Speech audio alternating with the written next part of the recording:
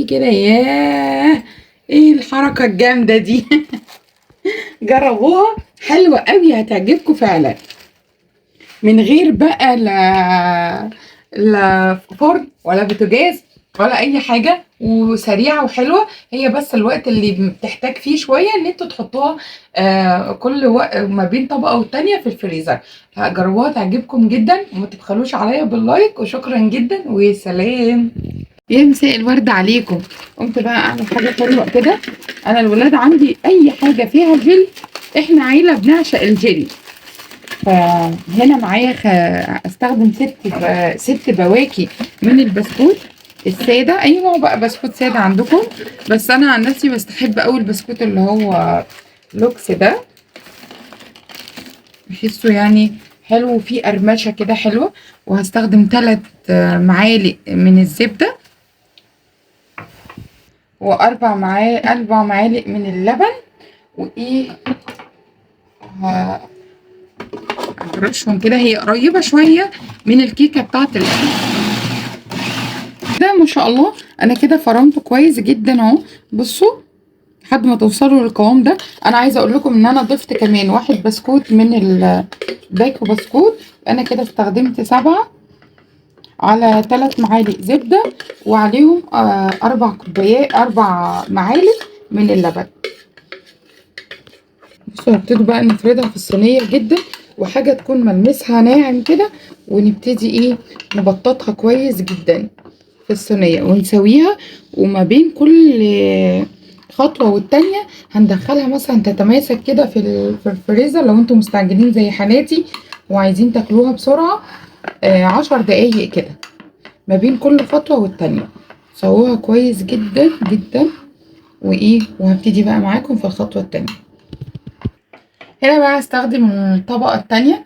هحط بقى كوب الا ربع كريم شانتيه، وهنا كوباية لبن، واحطهم بقى مع بعض وايه، وهضربهم. انتوا تقدروا تستخدموا اللي هو الاكياس ده، بيكون محلل لحد ما اوصل للقوام اللي هوريه لكم دلوقتي. انتوا لو طلع خفيف او تقيل معاكم تقدروا تزودوا كريم شانتيه.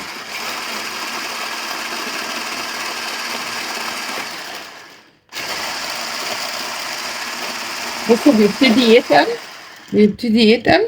هفضل اضرب فيه لحد ما اوصل للقوام اللي انا عايزاه. ما شاء الله، اللهم بارك. بصوا انا كده هحط بقى، بصوا القوام ولا هو تقيل ولا هو خفيف، كده معقول. عايزه اقول لكم ان انا لقيته تقيل كمان، ضفت له حوالي معلقتين من اللبن بس. نبتدي بس نسويه كده.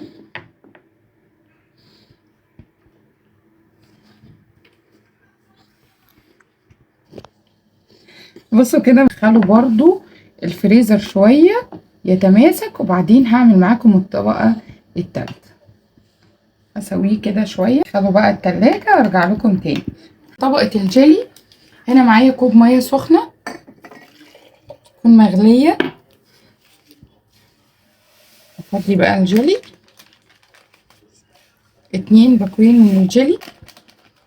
قلبوا بقى كويس. انتم لو عايزينه يكون مسكر شويه ممكن تحطوا في الكريم شانتيه تجيبوه مسكر، لكن الجيلي اصلا معايا مسكر، فانا مش محتاجاه يكون مسكر جامد. وانا ممكن تستخدموا كوبين ميه، بس انا عايزه الجيلاتين فيه يكون قوي، فهستكفي بس بكوب ونص من الميه. ولازم تكون الجيلي هدي خالص وبارد عشان الدنيا ما تصص معاكم ببعضها. وهنا معايا بقى ربع كوب من الميه تكون ساقعه كده. وايه، وهقلبهم بقى واسيبه يبرد شويه خالص. وممكن عايزاه شويه مسكر عشان الولاد، فهحط له ايه، معلقه بس كده من السكر وخلاص، لحد بقى ما البسكوت مع الكريم شانتيه يجمد. وبعدين بقى هنزل عليه بالجيلي. مش لازم طعم انتوا عايزينه، مش لازم فراولة، ممكن اي نوع تاني يعني. بصوا انا كده طلعتها من الفريزر وسبتها تتماسك شوية، وهبتدي بقى انزل الجيلي. لازم الجيلي يكون بارد خالص، وانزل كده بالراحة بشويش علشان ايه، ما تعملش في بعض. وانزل كده على معلقة ما شاء الله اللهم بارك. وهبتدي برضو هتدخلها الفريزر، ولا فرن ولا سخن ولا اي حاجة، وكلها على البارد وجميلة جدا ما شاء الله اللهم بارك. وعايزة اقول لكم اللي انتوا هتعتمدوها طول الصيف. بصوا عشان الجيلي بارد ما شاء الله كده. حطيتها بقى 3 طبقات شكلهم حلو جدا، وهدخلها بقى الفريزر وهخرجها بقى معاكم لحد ما الجيلي يتماسك تماما.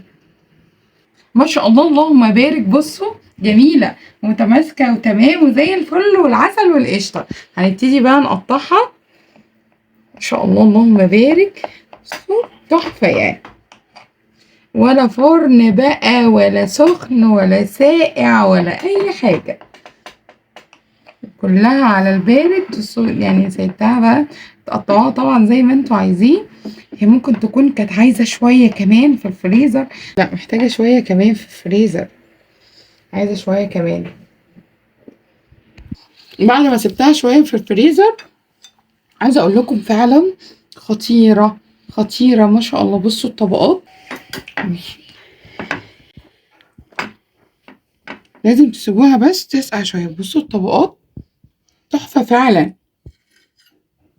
بصوا الطبقات قربوها، ممكن تقدموها سادة كده، ولو الولاد بقى ممكن نحط عليها بقى رشة فرنسي كده. ياه ايه الحركة الجامدة دي جربوها حلوة قوي هتعجبكم فعلا، من غير بقى لا فرن ولا بوتاجاز ولا اي حاجه، وسريعه وحلوه. هي بس الوقت اللي بتحتاج فيه شويه ان انتوا تحطوها كل وقت ما بين طبقه والتانيه في الفريزر. جربوها تعجبكم جدا، وما تبخلوش عليا باللايك، وشكرا جدا وسلام.